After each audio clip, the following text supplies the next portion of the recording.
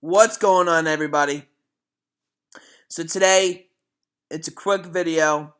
I know I always say it's a quick video and it never ends up being, but I'm going to try and keep this to under 6 minutes. Today, just want to bring up a couple of things, my reaction to the few players that have been signed the past couple of days, and a little bit of a question for you guys, and then an event that I'm going to be planning that I would like you guys to tune into. So, let's start off with the most obvious in the three signings today. Not today, but as in the past week.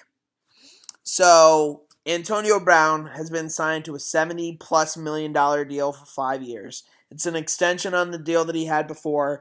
He still had a year underneath his contract, so this just extends his years, or extends the contract that he had for another 4 more years. So he has 5 years left in the contract that was just reworked this past week. Personally, and people may think I'm absolutely crazy for saying this, and I say that a lot in my videos, but I think outside the box. I do not think Antonio Brown was worth that much money. I really don't. I think he's a fantastic wide receiver, and he's borderline best wide receiver in the league. I think it's between him and Julio. But regardless, I don't think he deserves that much money. We could have used that towards other things this offseason that was a need. But I do want to let you guys know that I still am happy that we have Antonio Brown, and I think he's going to be a vital contributor to our Super Bowl efforts this upcoming season and the season after that if we don't make it this season. And I think that was also vital because it gave incentive for Ben Roethlisberger to come back. And I know he probably wasn't going to retire anyway, but that just gives him more incentive to bring it back. So, with franchise tagging Le'Veon Bell, I want to clear things up for you guys because a lot of people have been asking me questions about this. He's making about $12.5 million right now under the franchise tag.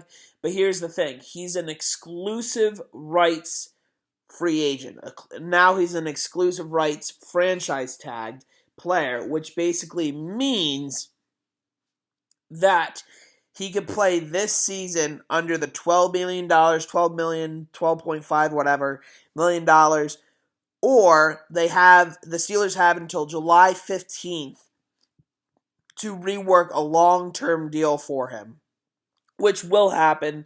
I just saw 2 interviews with Kevin Colbert, and that was explained that they were going to sign him, and then James Harrison was signed for another 2 years in Pittsburgh, which I think is crucial because while I don't think outside linebacker is the top need, in my opinion, this year, I think it is a big need, but I don't think it's the top need this year because Colbert, in his live press conference for NFL Network, explained that about 85 to 95% of the outside linebackers / defensive ends have only played with their hand in the dirt and have only rushed the passer.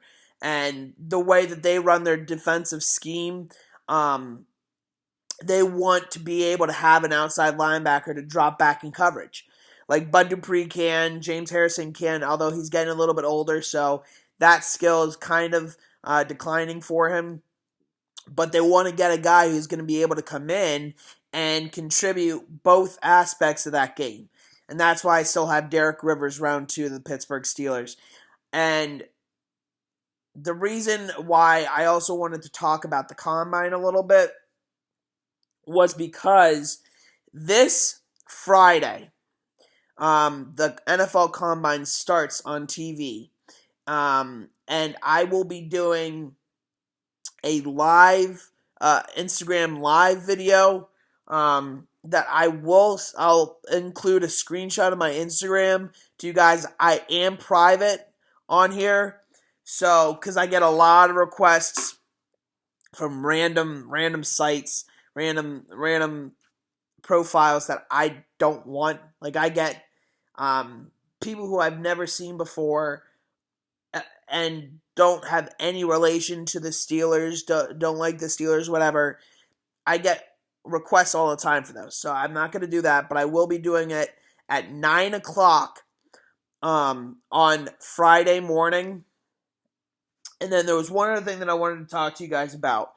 I am an avid movie / TV show watcher, I guess you can call it. My favorite TV shows as of right now are Supergirl, because of the CW series. I'm a fan of Supergirl, Flash, Legends of Tomorrow, Arrow, and then I have a couple of other shows, but those are the main shows that I watch. And I was thinking of doing kind of like a review of the episode. A lot of times I can't watch the episodes because I'm working Wednesdays, although I am able to watch Arrow on Wednesdays, which is nice.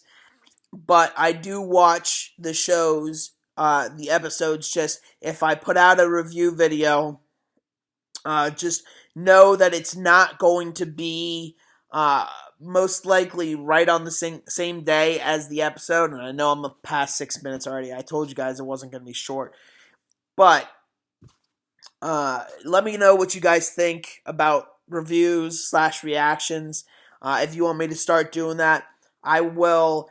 If I have time during the week, I will get to that. And if I don't, I will do a review for each episode at the end of the week, on the weekend when I don't have work. Because Saturdays I do work every other Saturday or a couple of Saturdays during the month. So that's that. But I also do want to clarify one more thing, and then I'll get out of here. The last mock draft that I put up, where I had Jabril Peppers round 1, Derek Rivers round 2, Lorenzo Jerome, and Des Lawrence in round 3. The reason why I have 2 free safeties, and I tried to explain this to somebody, and I don't know if he kind of got where I'm coming from.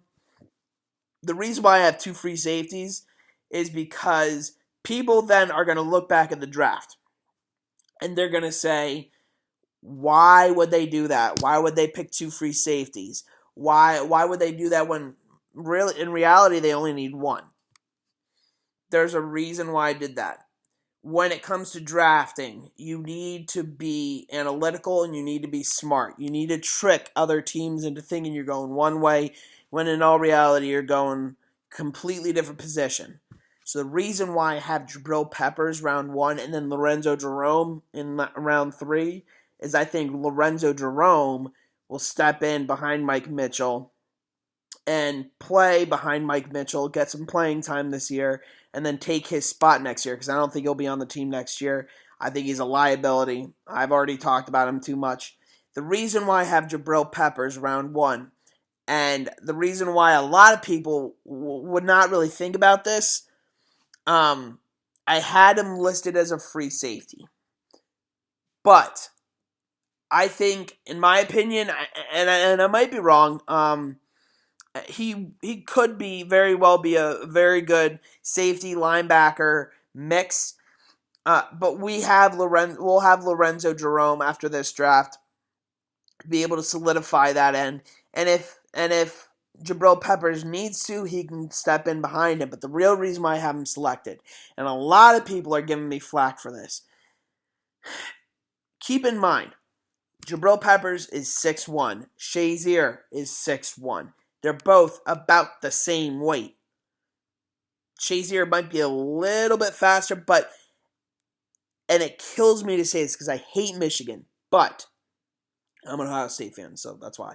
But when Jabril is playing at his best, he's playing in the box. He's playing as an inside / outside linebacker / nickel corner coming in for a blitz.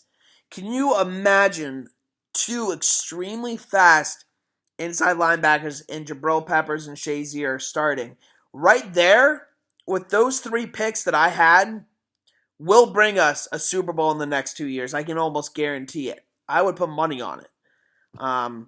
Let me know what you guys think down in the description box below. I'm getting on 10 minutes, so like, comment, subscribe, and may the steel be with you.